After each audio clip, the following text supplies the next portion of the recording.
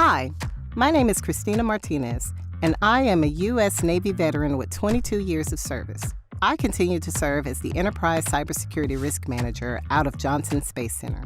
At NASA, we pay tribute to all the men and women veterans that continue to lead the way in the future of space exploration.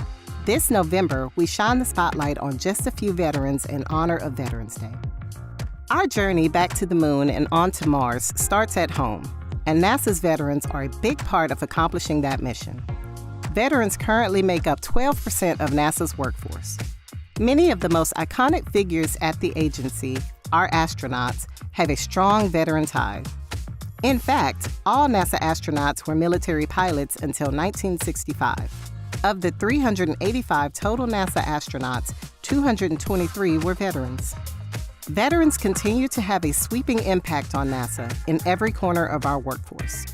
NASA's own Deputy Administrator, Pam Melroy, is a retired U.S. Air Force colonel and astronaut, a veteran of Operation Desert Shield, Desert Storm, with 200 combat and combat support missions.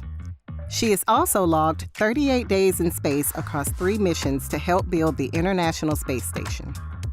NASA astronaut Dr. Johnny Kim is a former U.S. Navy SEAL. Lieutenant Commander Kim completed more than 100 combat operations and is the recipient of the Silver Star and Bronze Star with Combat Valor. He was recently selected to join the Artemis team, a special group of astronauts leading the charge back to the moon and beyond. Current chair of the NASA Advisory Council, retired General Lester Lyles, entered the U.S. Air Force in 1968 and served in many different assignments, from Avionics Division Chief in the F-16 Systems Program Office to eventually becoming Commander of the Air Force Materiel Command. Lieutenant General Larry James entered the Air Force as a distinguished graduate of the United States Air Force Academy in 1978.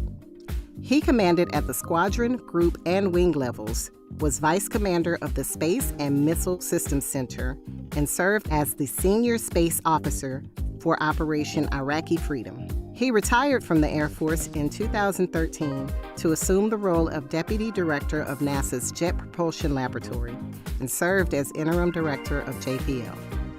Associate Administrator Bob Cabana is a former Naval Flight Officer and Naval Aviator in the U.S. Marine Corps. During his career, Cabana logged over 7,000 hours in 50 different kinds of aircraft. Cabana was selected as an astronaut candidate in 1985.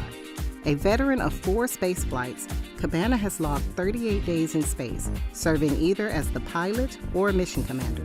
His 4th flight was the first assembly mission of the International Space Station in 1998. And finally, our very own Administrator Bill Nelson began his career as a captain in the U.S. Army. After the Army, Administrator Nelson continued to serve in public office over 4 decades. In 1986, he flew on the 24th flight of the Space Shuttle.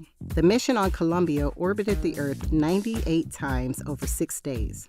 Senator Bill Nelson was sworn in as the 14th NASA Administrator in 2021, tasked with carrying out the Biden-Harris administration's vision to prepare the next generation to return to the moon and on to Mars. From politics to space, veterans continue to serve, and that is worth celebrating.